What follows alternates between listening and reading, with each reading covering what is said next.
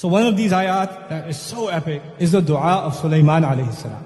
You know, when prophets make dua, they make dua for akhirah, they make dua for forgiveness, they make dua for their future generations, isn't it? Listen to this dua. قَالَ رَبِّ اغْفِرْ لِي. He said, Master, forgive me. وَهَبْ لِي مُلْكًا. And give me the gift of kingdom. Give me the gift of some kind of kingdom. مُلْكًا لَا يَنْبَغِي لِأَحَدٍ مِّن بَعْدِي. That is not even appropriate for anyone who comes after me. Give me so much kingdom that it's not even appropriate for any human being that comes after me to have that kind of kingdom. Innaka antal wahhab. You are the one who continuously gives gifts. What is Sulaiman alayhi salam asking for? First thing, forgive me. Second thing, which is what shocked me, he asked for kingdom. Okay, that's deen or dunya, by the way, by our standards. I was like, dunya, isn't it? And not just dunya. Don't just give me and give other people. He didn't just say that. He said what? Give me so much and give me something that is not even fitting for anybody else. Make me unique in what you give me. In where? In dunya. How in the world is this appropriate? It sounds like he's asking only for dunya. The beauty of this dua, number one, is his top priority. Ya Rabb, forgive me. If you understand, Ya Rabb, forgive me, then everything else about this dua will make sense. If you don't understand, Ya Rabb, forgive me, you will not understand what the rest of this dua is. A human being can only do so much in this life. Then I'm going to be leaving this earth, whether I like it or not. My date is done. My time is done, the angel shows up, the appointment is there, it can't be delayed. The only thing that lives after me is what? As far as my akhirah is concerned, and my forgiveness is concerned, I can make astaghfirullah, astaghfirullah, astaghfirullah. I can make tawbah to Allah, I can cry before Allah, only so many years, only so many times. But what can help me earn Allah's forgiveness even after I die? It's called sadaqah jariyah, isn't it? Something good you leave behind. The hadith will tell us your sadaqah jariyah could be your money.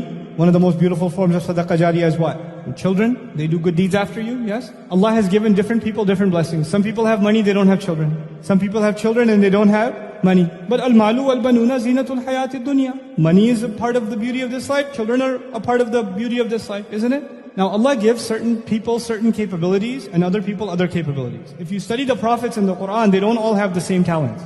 They have different personalities and they have different special skills. They have different highlights. The thing about Sulaiman alayhi salam, his special ability is governance. He knows how to govern.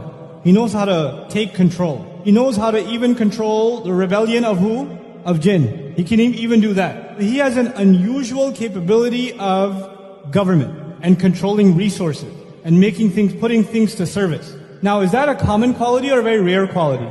The more power you get in government, the more corruption you get. The more absolute authority you have, the more absolute problems you have. Absolute power corrupts absolutely. So one of the greatest kingdoms in human history is the pharaohs. Case in point. Sulaiman alayhi salam is in a unique position. He has kingdom and he knows how to use it for good. What kind of sadaqah jariyah can he leave behind? Unmatched. He sees an opportunity. His akhirah to be reconciled by the talent that Allah has given him. And the talent Allah has given him is remarkable. He had an incredible, incredible kingdom. An incredible control. Incredible stability in his land. Over human beings and over jinn. So he says, Ya Allah, expand this territory for me. Give me kingdom above and beyond this, like you will never give to anybody else after me, because I know what Allah has given me. And by the way, you should understand something else about Sulaiman alayhi salam from the Quran's perspective. Sulaiman alayhi salam is the son of who? You know? Dawud alayhi salam. You should know something special about Dawud alayhi salam. There's a hadith about Dawud alayhi salam. Adam alayhi salam was shown the names of every single human being. When we were ruh, Adam alayhi salam was shown, introduced to all of us. He knows my name, he knows your name. وَعَلَّمَ آدَمَ الْأَسْمَاءَ كُلَّهَا ثُمَّ عَرَضَهُمْ. That's actually going back to the names of all individuals, which is amazing. Our Father knows all of us by name. It's not just we know His name, He knows our name too. And He knows our qualities too, because in Arabic, ism is also qualities. So He knows you and your personality. How many people are in front of Him? Adam alayhi salam? Unimaginable, yeah? And He picks out one of them. He says, who's that? That's your son Dawood. Give him 40 of my years. Make his life longer. Who did He pick out of all of them? You know what's amazing in the Quran? The word Khalifa only comes twice. It only comes for Adam and it comes for Dawood. That's it. It doesn't come for anybody else. Quran is answering the question that arises from that hadith.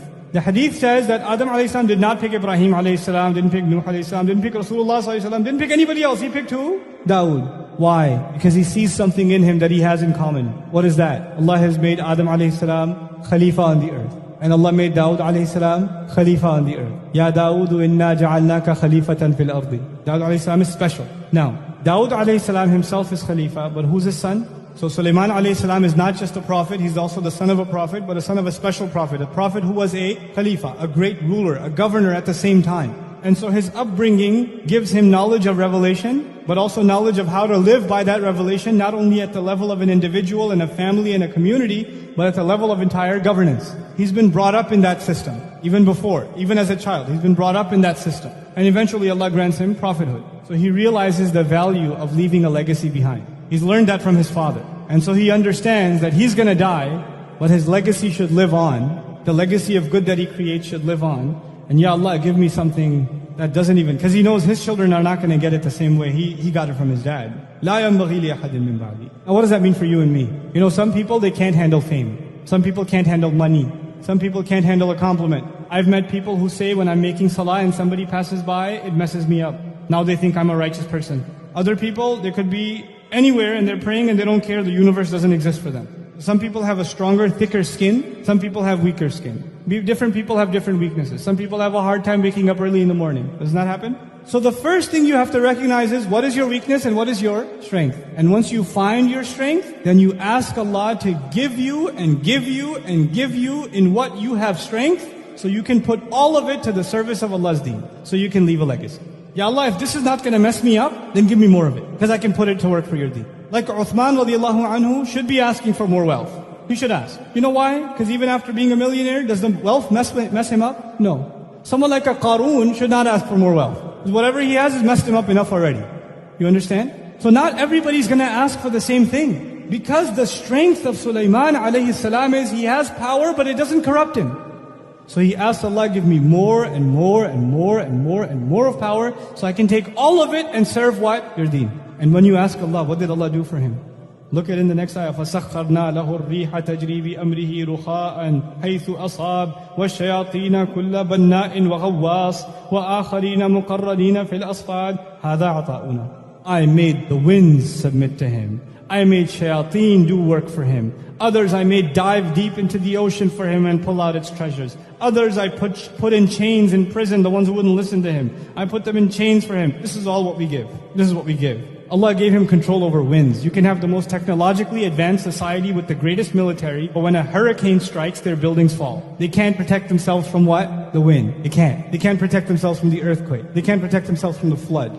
Isn't it? They could have billions of dollars spent in defense, and they can't protect from the wind. Who needs a military when you have the wind? Just send a hurricane that way. Send a storm that way. Subhanallah. This is what Allah will give. So for you and me, identifying what our strength is, and then making a pledge to Allah that we will use it for the strengthening of this deen, for leaving a legacy that is longer than our own. That is perfectly normal. Perfectly normal.